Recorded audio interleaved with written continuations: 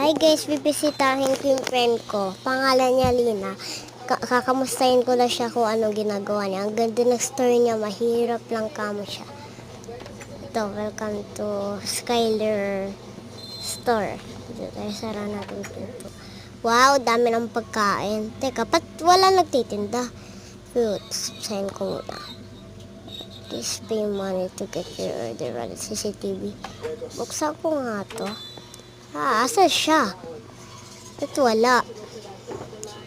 Mayaman siya, 14 lang emeralds. Ito. Ano to? May notebook siyang iniwan. Dear friend, pwede ba ikaw muna magtinda? May sakit kasi ako eh. May sakit? Sasabihin ko kaya. Sige na nga, ako na lang magtitinda. Bili na po